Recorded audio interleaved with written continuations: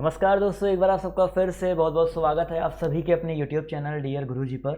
तो भाई, जैसा कि आप सभी को पता है, डेली रात में 8 बजे, जी हाँ दोस्तों, एक बार जितने लोग पहली बार जुड़ रहे हैं सभी लोग कमेंट करके बताते हुए चलेंगे कि आप लोगों को मेरी आवाज़ जो है क्लियर आ रही है कि नहीं आ रही है। उसके बाद जो हम लोग क्लास को स्टार्ट करेंगे, ठीक है। तो डेली 8 बजे रात में जो है क्लास चलती है आपकी हिंदी की, तो टाइमिंग याद रखिएगा। और इसके अलावा टेलीग्राम पे भी जुड़ सकते हैं, जहाँ पर आपको पीडीएफ मिल जाते हैं, और आप लोग हमारे इंस्टाग्राम आईडी से भी जुड़ सकते हैं, जहाँ पर आपको डेली जो आपके क्वेश्चन से डाउट है वो आपके वहाँ पर क्लियर होते रहते हैं, ठीक है। और इसके अलावा दोस्तों, अनअकैडमी पे भी आप लोग हमारी क्लासेज जो है ज्वाइन कर सकते हैं। डेली जो है मेरी 2 से 3 क्लासेज जो है अनअकैडमी पे चलती हैं, तो आप लोग अनअकैडमी पे मेरी क्लासेज ज़रूर ज्वाइन कीजिए, क्योंकि वहाँ पे भी मैं आपको बहुत अच्छी तरीके से ये सब जो कोर्स है कवर करवा रहा हूँ। तो आपको सिंपली अनअकैडमी का ऐप डाउनलोड करना है और वहाँ पर मुझे जा करके फॉलो कर लेना है। और इस समय जो है यूपी पीसीएस का जो नया बैच है, UP triple SC lower foundation का एक नया बैच जो है स्टार्ट हो चुका है। तो अगर आप लोग उस बैच में उस कंप्लीट तैयारी करना चाहते हैं यूपी पीसीएस की, यूपी ट्रिपल एससी की, तो भी आप लोग जो है इस कोड का यूज़ कर सकते हैं, जिससे आप लोगों को मैक्सिमम डिस्काउंट जो है देखने को मिल जाएगा। तो चलिए, काफ़ी लोग यहाँ पर जुड़ चुके हैं। क्या स्टार्ट किया जाए क्लास को? सभी को सब कुछ क्लियर हो तो स्टार्ट करते हैं क्लास को। तो चलिए स्टार्ट करते हैं। पहला क्वेश्चन देखिए, कल जहाँ तक हुआ था 51-52 तक हुआ था, उसी के आगे हम लोग बढ़ते हुए चल रहे हैं। पूछा गया, निम्नलिखित में से कौन सा स्वर संवृत्त नहीं है? क्वेश्चन नंबर आपके यहाँ पर 53 दिया गया है। सभी लोग बताते हुए चलेंगे यहाँ पर संवृत्त स्वर जो है कौन सा नहीं है। तो याद रखिए दोस्तों, आ, औ और ए की बात करते हुए संवृत्त है, लेकिन ई की बात करते हैं, ई जो है दोस्तों याद रखिएगा, ये आपका संवृत्त स्वर नहीं है। क्लियर है? अगला क्वेश्चन पूछा गया है कि निम्नलिखित ध्वनियों में से कौन सी ध्वनि दंत्योष्ठ है? बताइए सर। दंत्योष्ठ यानी कि दांत और ओठ का प्रयोग किया जाता है कौन सी ध्वनि में? सभी लोग यहाँ पर जवाब जो है देते हुए चलेंगे। जवाब देखिए आना शुरू हो गया है। तो भाई, दंत्योष्ठ की अगर हम बात करते हैं तो यहाँ पर जो वा ध्वनि दिया गया है, ठीक है दोस्तों, यहाँ पर याद रखिएगा, जो आपका वा ध्वनि है वो आपका दंत और ओठ दोनों से बोला जाता है। था दंत है, माँ की बात करते हैं तो ये आपका माँ, ये आपका सिर्फ और सिर्फ ओष्ठ्य है। फा भी आपका ओष्ठ्य है। अगला क्वेश्चन पूछा गया है, निम्नलिखित वर्गों में से कौन सा मूर्धन्य ध्वनियों का वर्ग है? मूर्धन्य ध्वनि, सभी लोग यहाँ पर जवाब जो है देते हुए चलेंगे, और जवाब देने पर फोकस करिए। अभी आप लोग, आपके जो भी सवाल हैं, जो भी डाउट हैं, टेलीग्राम पर, इंस्टाग्राम पर आकर पूछिए, मैं कोशिश करूंगा सभी के जवाब देने की वहाँ पर। तो मूर्धन्य में आपका देखिए टा वर्ग आता है। क्या आता है भाई? टा वर्ग। टा वर्ग में टाठा, डाढ़ा, अड़ा, यानी कि ऑप्शन नंबर जो इसका बी दिया गया है, ये यहाँ पर बिल्कुल करेक्ट हो जाएगा। अगला क्वेश्चन देखिए आपसे क्या पूछा गया है, ध्यान से देखिएगा। क्वेश्चन नंबर हम बात करते हैं अगर 56 की, तो आपसे पूछा गया है वर्णमाला किसे कहेंगे? शब्द समूह को, वर्डों के संकलन को, या वर्डों के व्यवस्थित समूह को? देखिए भाई, शब्द समूह तो आपका शब्दों का व्यवस्थित समूह वाक्य कहलाता है, तो पहला होगा नहीं। वर्डों का संकलन भी नहीं होगा। वर्डों का एक व्यवस्थित समूह जो होता है वो आपका वर्णमाला कहलाता है। तो जितने लोग यहाँ पर ऑप्शन नंबर डी जवाब दे रहे हैं वो लोग यहाँ पर बिल्कुल करेक्ट हो जाएंगे। अगला क्वेश्चन देखिए आपसे पूछा गया है, हिंदी की शाह ध्वनि है, मूर्धन्य है, दंत्य है, तालव्य है, ओष्ठ है। देखो, मैंने आपको कई बार तीनों शाह के बारे में बताया, ये भी सा, ये भी सा और ये भी सा, ये तीनों सा के बारे में बताया है। तो यहाँ पर मूर्धन्य में आपका ये वाला सा आता है, ठीक है, मूर्धन्य में ये वाला सा आता है जो आपका ये खट्टी सा होता है। दंत्य में आपका ये वाला सा आता है, ठीक है। और तालव्य में जो आपका पूछा गया, ये वाला शाह जो है आपका तालव्य में आता है। तो याद रखिएगा, ऑप्शन नंबर जो इसका बी है यहाँ पर बिल्कुल करेक्ट हो जाएगा। ओष्ठ में पाफा बाभा माँ आता है। अगला क्वेश्चन सभी लोग जवाब देते हुए चलेंगे, अघोष अल्प प्राण ध्वनि जो है कौन सी है? फटाफट जवाब देते हुए चलेंगे सर। अघोष अल्प प्राण ध्वनि जो है आपकी कौन सी होती है? जवाब देखिए यहाँ पर आना शुरू हो गया है। तो भैया, अगर हम बात करते हैं क्वेश्चन नंबर हम 58 की, तो यहाँ पर अघोष, अघोष मतलब क्या होता है? प्रत्येक वर्ग का पहला और दूसरा व्यंजन, ठीक है, प्रत्येक वर्ग का पहला और दूसरा। अल्प प्राण मतलब क्या होता है? पहला, तीसरा और पांचवा। तो पहला, दूसरा, पहला, तीसरा और पांचवा, यानी कि देखा है तो ये ए पहला पहला जो आपका यहाँ पर कॉमन है। तो यहाँ पर अगर देखा जाए तो ऑप्शन नंबर अगर हम बात करते हैं डी के बारे में, देखिए दोनों जो है अपने वर्ग के पहले पहले व्यंजन है। तो यहाँ पर ये वाला ऑप्शन जो इसका डी है यहाँ पर करेक्ट हो जाएगा। अगला क्वेश्चन पूछा गया है, कंठ ध्वनि कौन सी है? कंठ ध्वनि जो है आपका कौन सी है? फटाफट बताते हुए चलेंगे सर जी। का खा गा घा अंगा, का खा गा घा अंगा, ठीक है, का खा गा घा अंगा, ये कंठ ध्वनि के अंतर्गत आता है। चाछा जाझा यहाँ तालव्य आता है, यारा लावा अंतहस्त होता है, या आपका जो है तालव्य होता है, या की अगर सिर्फ बात करते हैं टाठा डाढ़ा, ये आपका मूर्धन्य होता है। अगला क्वेश्चन पूछा गया है, देवनागरी लिपि का प्रयोग सर्वप्रथम किस राज्य में हुआ माना जाता है?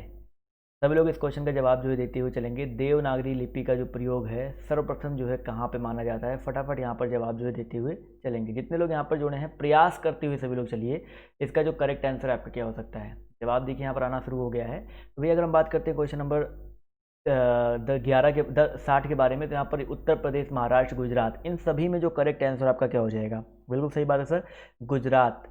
ठीक है, सिंध गुजरात से ही रिलेटेड है, तो वहाँ से ही जो है देवनागरी लिपि का जो है सर्वप्रथम प्रयोग हुआ माना जाता है। तो ऑप्शन नंबर जो इसका डी है वो यहाँ पर बिल्कुल करेक्ट हो जाएगा। चलिए अगले क्वेश्चन पे आते हैं। अगला क्वेश्चन देखिए आपसे क्या पूछा गया है कि देवनागरी लिपि के विषय में क्या सत्य नहीं है? बताइए सर, देवनागरी लिपि के विषय में जो है क्या सत्य नहीं है? फटाफट क्वेश्चन नंबर 61 का जो है जवाब देते हुए चलेंगे, और जवाब देखिए यहाँ पर बिल्कुल सही आ रहा है। तो अगर हम बात करते हैं भाई देवनागरी लिपि के बारे में, तो यहाँ पर जो करेक्ट आंसर आपका क्या हो जाएगा सर जी? यह वर्णात्मक लिपि है, दाएं से बाएं लिखी जाती है, बिल्कुल सही बात है। इसकी उत्पत्ति ब्राह्मणों से मानी जाती है, ये भी सही है। लेकिन यहाँ पर जो दिया गया ऑप्शन नंबर सी, यह एक वर्णात्मक लिपि है, ये जो है आपका सत्य नहीं है। तो ऑप्शन नंबर सी जितने लोग जवाब दे रहे हैं वो लोग यहाँ पर बिल्कुल करेक्ट हो जाएंगे। अगला क्वेश्चन पूछा गया है कि निम्नलिखित में से अर्ध स्वर कहलाता है? बताइए सभी लोग, अर्ध स्वर जो है यहाँ पर कौन सा हो जाएगा? फटाफट क्वेश्चन नंबर अगर हम बात करते हैं 63 की, तो इसका जो करेक्ट आंसर क्या हो जाएगा? अर्ध स्वर में आपके कौन कौन से आते हैं ये भी जान लो भाई। अर्ध स्वर में यहाँ पर जो आपका ऑप्शन नंबर ए वाला दिया गया है, ठीक है, कुछ लोग ए जवाब दे रहे हैं। या की अगर हम बात करते हैं दोस्तों, तो ये आपका जो ए वाला है या सी वाला है, काफ़ी लोग ए और सी में कंफ्यूज है, बट ए वाला जो यहाँ पर करेक्ट होगा, या जो आपका अर्ध स्वर होता है। ठीक है, अगला क्वेश्चन पूछा गया है कि भाषा की सार्थक लघुत्तम इकाई कौन सी है? सभी लोग यहाँ पर जवाब जो देते हुए चलेंगे, भाषा की सार्थक लघुत्तम इकाई जो है कौन सी है? फटाफट यहाँ पर सभी लोग जवाब देते हुए चलेंगे। जवाब देखिए यहाँ पर आना शुरू हो गया है। तो यहाँ पर जवाब भी बिल्कुल जो करेक्ट आंसर क्या हो जाएगा? 64 का जो करेक्ट आंसर आपका हो जाएगा भाई, भाषा की सार्थक लघुत्तम इकाई आपकी। देखो भाषा की अगर हम बात करते हैं तो ध्वनि ही होगा, क्योंकि ध्वनि आपके दो प्रकार के होते हैं, वर्ड और व्यंजन, वर्ड और स्वर और व्यंजन। तो ऑप्शन नंबर जो इसका सी है यहाँ पर करेक्ट हो जाएगा। चलिए 1 मिनट हो जाए, सभी लोग यहाँ पर जो लोग जवाब दे रहे हैं, मेरी आवाज़ आ रही है क्लियर ना? चलिए क्लियर है। अगला क्वेश्चन देखिए आपसे यहाँ पर क्या बोला गया, ध्यान से देखिएगा।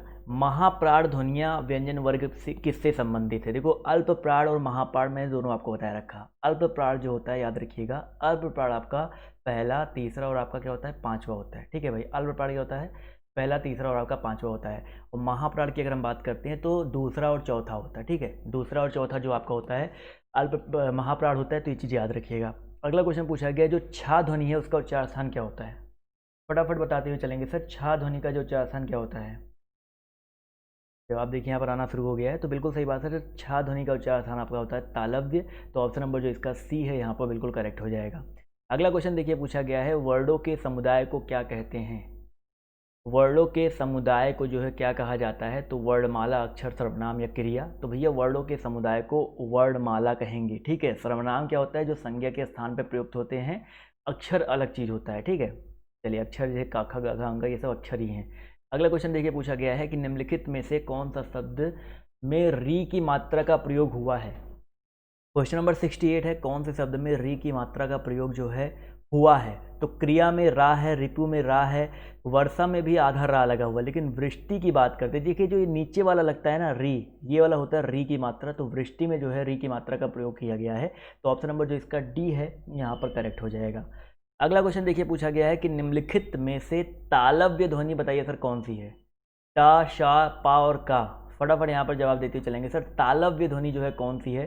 तो मूर्धन्य है टा वाला, पा आपका ओष्ठ्य है, का आपका क्या भैया? कंठ है, बचा क्या सर जी? शाह। ये जो शाह है ये आपका तालव्य ध्वनि के अंतर्गत आता है। तो ऑप्शन नंबर जो इसका सी है यहाँ पर करेक्ट हो जाएगा। भाई वीडियो को लाइक और शेयर भी करते हुए चला करो, या इतने सारे लोग जुड़े हुए, वीडियो को लाइक नहीं करते तो मज़ा नहीं आता है। अगला क्वेश्चन पूछा गया है, जो आपका शाह है इसका उच्चार स्थान क्या है? बहुत ही अच्छा क्वेश्चन है, बहुत सिंपल क्वेश्चन है, सभी लोग इसका जवाब जो है देते हुए चलेंगे।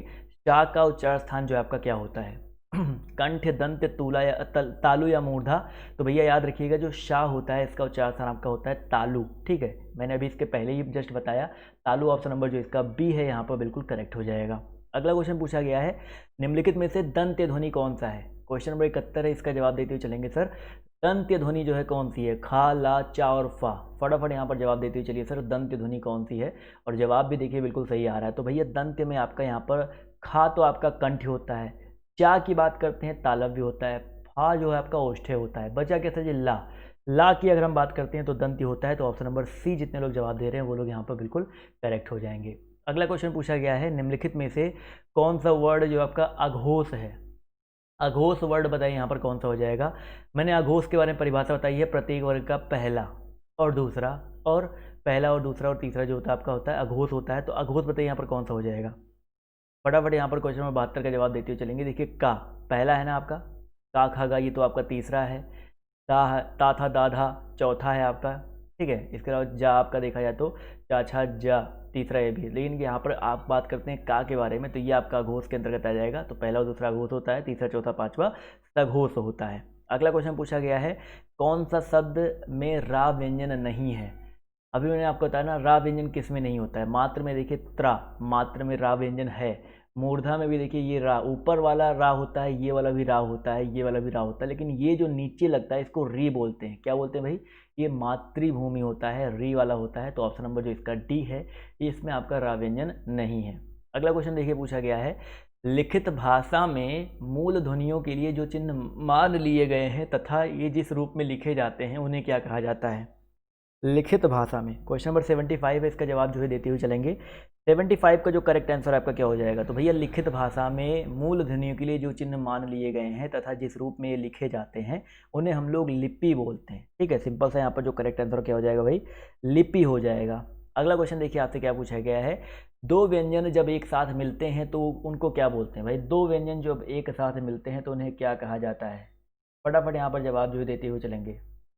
तो भैया याद रखिएगा, दो व्यंजन जब एक साथ मिलते हैं तो उनको हम लोग संयुक्त व्यंजन बोलते हैं, ठीक है भाई साहब। जैसे छात्र, ज्ञा और स्रा, 4 संयुक्त व्यंजन होते हैं आपके हिंदी में। अगला क्वेश्चन पूछा गया है, पा फा बा भा माँ ये कैसे व्यंजन है, बताते हुए चलेंगे सर। इसके बाद जितने भी आपको मैंने अब जितने मैं क्लासेस करवा रहा हूँ, इसके बाद आपको कोई भी हिंदी की बुक कुछ भी पढ़ने की जरूरत नहीं है, सब कुछ आपका वहीं से क्लियर हो जाएगा। जवाब देखिए यहाँ पर आना शुरू हो गया है। भाई अगर हम बात करते हैं क्वेश्चन नंबर 77 के बारे में, तो 77 नंबर क्वेश्चन का करेक्ट आंसर हो जाएगा भाई पा फा बा भा माँ, यानी कि आपका ओष्ठ है। तो ऑप्शन नंबर जो इसका बी है यहाँ पर बिल्कुल करेक्ट हो जाएगा।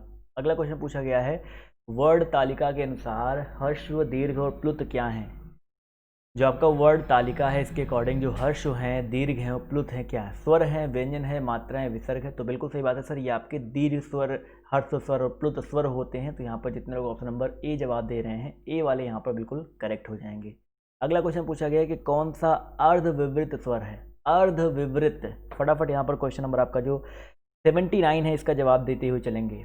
जवाब देखिए यहाँ पर आना शुरू हो गया है। तो दोस्तों याद रखिएगा, अर्धविवृत यहाँ पर ए हो जाएगा, ये वाला याद रखिएगा, ए बहुत ही इंपॉर्टेंट है। यहाँ पर ऑप्शन नंबर जो इसका बी है यहाँ पर बिल्कुल करेक्ट हो जाएगा। अगला क्वेश्चन देखिए आपसे यहाँ पर क्या पूछा गया है, कंठ तालव्य वर्ण कौन सा है। 80 नंबर क्वेश्चन है, सभी लोग जवाब देते हुए चलेंगे सर।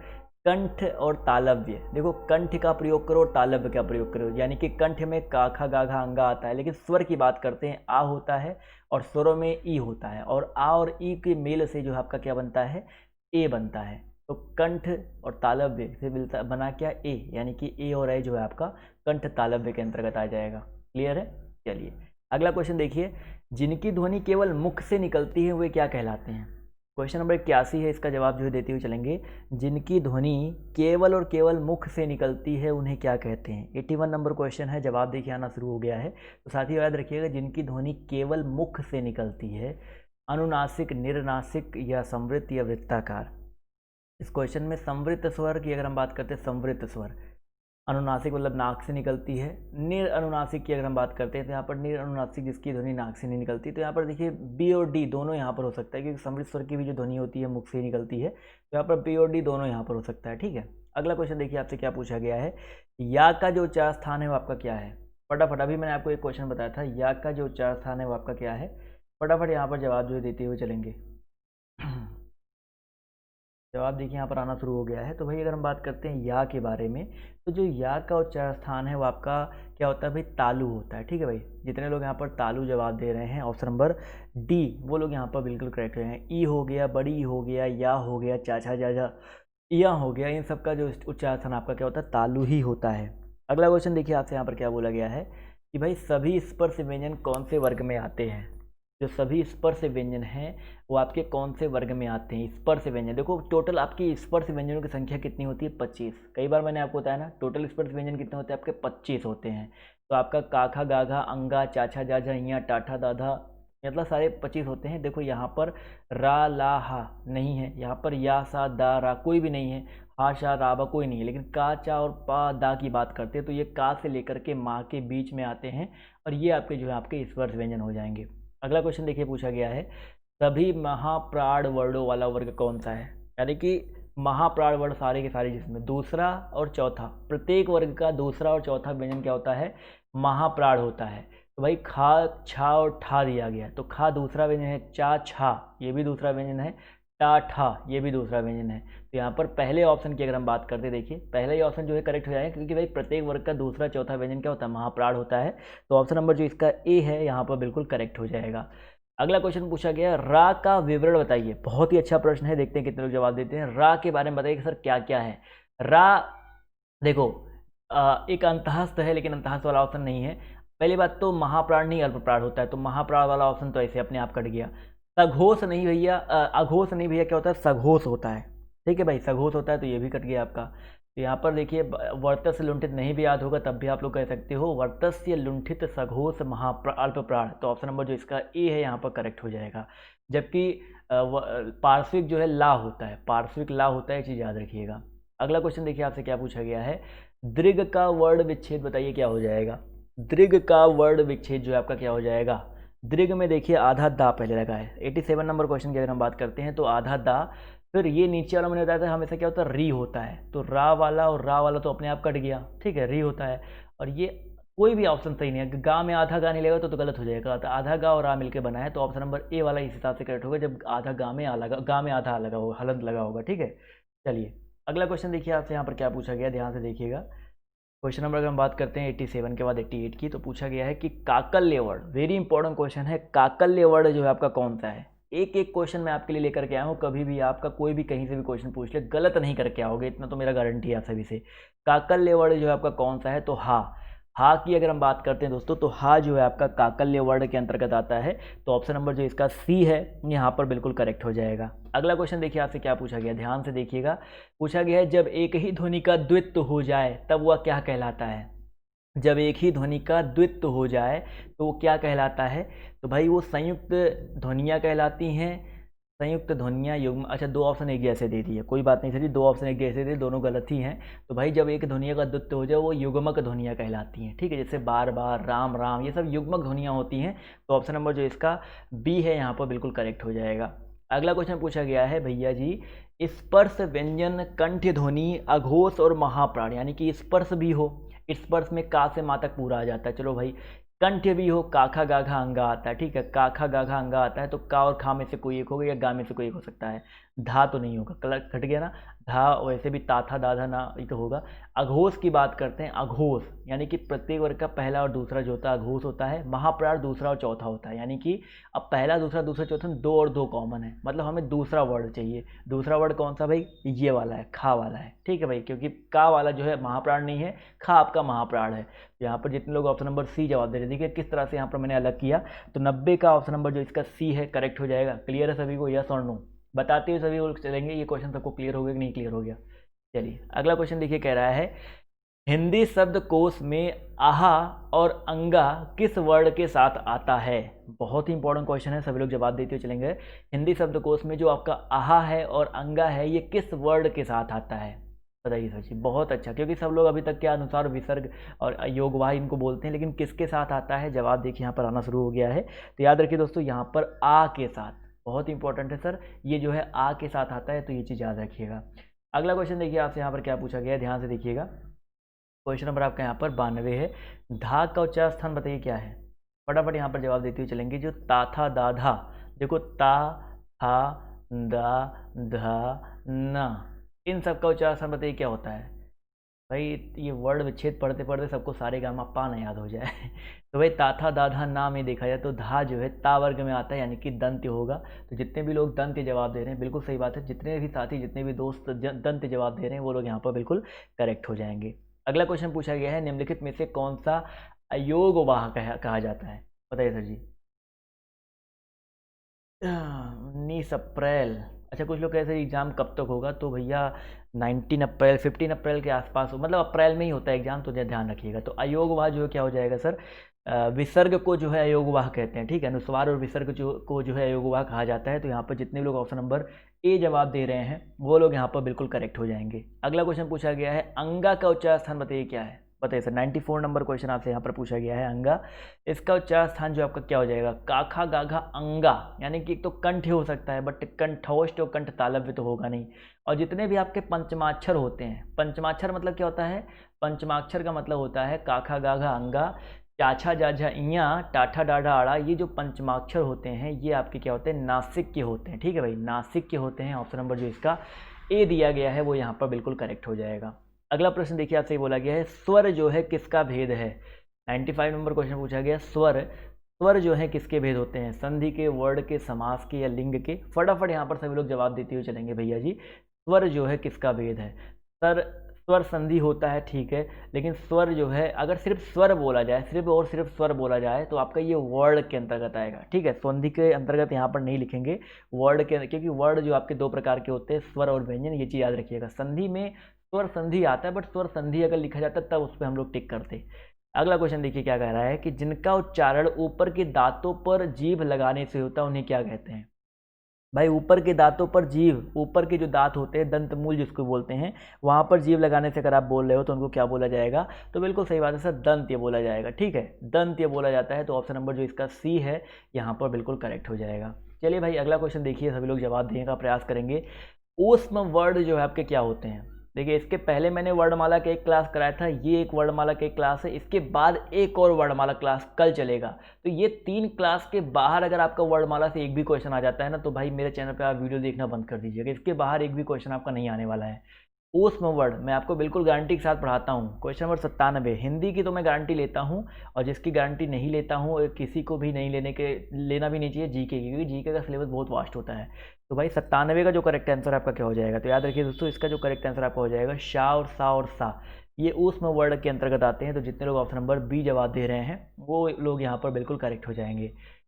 निम्नलिखित में से ऊष्म व्यंजन कौन सा है। अभी मैंने आपको बताया, सेम क्वेश्चन फिर से रिपीट हो गया भाई। ऊष्म वर्ड बोले, देखो भाई, ऊष्म वर्ड बोले या ऊष्म व्यंजन बोले, दोनों एक ही चीज होता है, क्योंकि वर्ड के भेद ही होते हैं, व्यंजन और स्वर। तो यहाँ पर ऑप्शन नंबर जो इसका बी है यहाँ पर करेक्ट हो जाएगा। चा छा जा ये तालव्य होते हैं, ठीक है, ठीक है, तालव्य होते हैं, ये चीज याद रखिएगा। अगला क्वेश्चन देखिए आपसे क्या पूछा गया है, निम्नलिखित में से संयुक्त व्यंजन कौन सा नहीं है। और इसके बाद याद रखिए दोस्तों 9 बजे अकेडमी पर एक बहुत ही इंपॉर्टेंट क्लास चलने वाली है, जो कि आपकी रीजनिंग भी होगी, उसमें और भी कुछ इंपॉर्टेंट क्वेश्चन होंगे। तो 9 बजे वाली क्लास में जो है जरूर आएगा। और 9 बजे वाली क्लास में जो रीजनिंग की क्लास चलेगी उसमें कुछ टीचिंग एप्टीट्यूड भी आज मैं कोशिश करूँगा क्वेश्चन रखूँ, तो आप लोग उस क्लास में जो है जरूर आइएगा। तो संयुक्त व्यंजन कौन सा नहीं है, ता, छा, या और ज्ञा। तो इन चारों में अगर बात किया जाए तो करेक्ट आंसर आपका क्या हो सकता है सर जी, ऑप्शन नंबर बी हो जाएगा, या जो है संयुक्त व्यंजन नहीं है।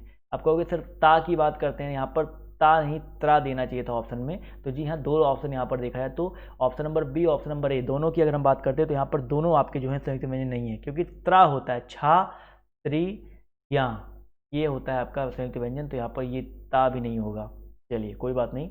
अगला क्वेश्चन देखिए पूछा गया है, चा वर्ग की ध्वनियाँ किस वर्ग में आती हैं। क्वेश्चन नंबर 100 है, इसका जवाब जो है देते हुए चलेंगे। चा वर्ग की जो ध्वनियाँ हैं वो किस वर्ग में आती हैं।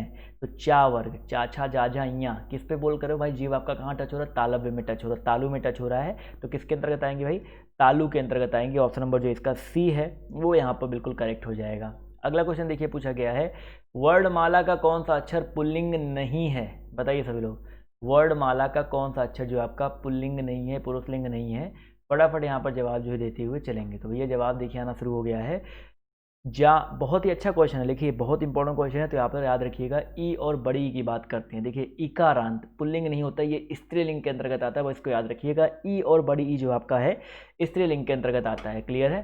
अगला क्वेश्चन पूछा गया है, हिंदी वर्णमाला में स्वरों की संख्या कितनी है। हिंदी वर्णमाला में जो स्वर होते हैं उनकी संख्या कितनी है, 11, 9, 10 या 13। सभी लोग जवाब देते हुए चलेंगे सर। क्वेश्चन नंबर 102 का जो करेक्ट आंसर आपका क्या हो जाएगा। जवाब देखिए यहाँ पर बिल्कुल सही आ रहा है भाई साहब। तो इसका जो करेक्ट आंसर आपका क्या हो सकता है भाई। क्वेश्चन नंबर हम बात करते हैं 102 की। 1 मिनट रुक जाइए सर जी, आज तो एक बड़ी सी मिस्टेक होगी हमसे। क्लास 9 बजे वाला जो था ना, हाँ 9 बजे क्लास चलेगी भी, ठीक है, वो ठीक है। चलिए, तो क्वेश्चन नंबर 102 की अगर हम बात करते हैं तो 102 का जो करेक्ट आंसर आपका क्या हो सकता है भाई, स्वरों की संख्या आपकी टोटल 11 होती है। मूल स्वर कितने होते हैं आपके भाई, 11 होते हैं, तो ये चीज़ याद रखिएगा, ठीक है। तो ऑप्शन नंबर जो इसका ए है यहाँ पर करेक्ट हो जाएगा। अगला क्वेश्चन पूछा गया है कि जिन वर्णों का उच्चार स्थान स्वतंत्र होता है उन्हें क्या कहते हैं। फटाफट यहाँ पर जवाब देते हुए चलेंगे सर। जिन वर्णों का उच्चार स्थान जो आपका क्या होता है, स्वतंत्र होता है, उन्हें क्या कहा जाता है। क्वेश्चन नंबर आपका यहाँ पर देखिए 103 दिया गया, 103 का जवाब देखिए यहाँ पर आना शुरू हो गया है। बिल्कुल सही जवाब है सर, 103 नंबर क्वेश्चन का जो करेक्ट आंसर आपका हो जाएगा स्वर। स्वा से स्वतंत्र, स्वा से स्वर, तो स्वर यहाँ पर जो है बिल्कुल करेक्ट हो जाएगा। अगला क्वेश्चन पूछा गया है जो आपका ढा वर्ड है इसका उच्चार स्थान मूर्धा है और ये कौन से वर्ग का व्यंजन है, बताइए सर जी। टा वर्ग का चौथा, टा वर्ग का तीसरा, टा वर्ग का चौथा या टा वर्ग का दूसरा। देखो है तो टा वर्ग का, क्या कौन सा है, टा, ठा, डा, ढा। कौन से स्थान पे आ रहा भाई, चौथे स्थान पे आ रहा ढा ना, तो क्या हो जाएगा, टा वर्ग का चौथा व्यंजन हो जाएगा। आसान क्वेश्चन था कि नहीं था। टा वर्ग कौन सा हो जाएगा भाई, चौथा व्यंजन हो जाएगा। चलिए अगला क्वेश्चन देखिए आपसे क्या पूछा गया है, भाषा की सबसे छोटी इकाई किसे कहते हैं, बताइए सभी लोग। भाषा की जो सबसे छोटी इकाई है वो कौन सी है, फटाफट यहाँ पर जवाब जो है देते हुए चलेंगे। इसका जो करेक्ट आंसर आपका क्या हो जाएगा, बिल्कुल सही बात है सर। भाषा की जो सबसे छोटी इकाई है उसको वर्ड बोलते हैं, ठीक है। वर्ड जो होती है सबसे छोटी इकाई होती है भाषा की, तो ऑप्शन नंबर जो इसका डी है यहाँ पर बिल्कुल करेक्ट हो जाएगा, ठीक है। तो अभी जो आप लोग क्या करिए, 9 बजे क्लास में आइएगा। अभी क्या करना है, टेलीग्राम पर जाइए, इसका पीडीएफ जो है वहाँ से डाउनलोड कर सकते हैं। पीडीएफ के आपको पीडीएफ के साथ जो आंसर की के साथ जो पीडीएफ आपको वहाँ पे मिल जाएगा। आज की क्लास कैसी लगी आप लोग कमेंट करके बताना मत भूलिएगा। तो अभी के लिए बाय बाय, टेक केयर, जय हिंद जय भारत। मिलते हैं आप सभी से नेक्स्ट वीडियो में, क्लियर है। तो अभी के लिए बाय बाय सभी को।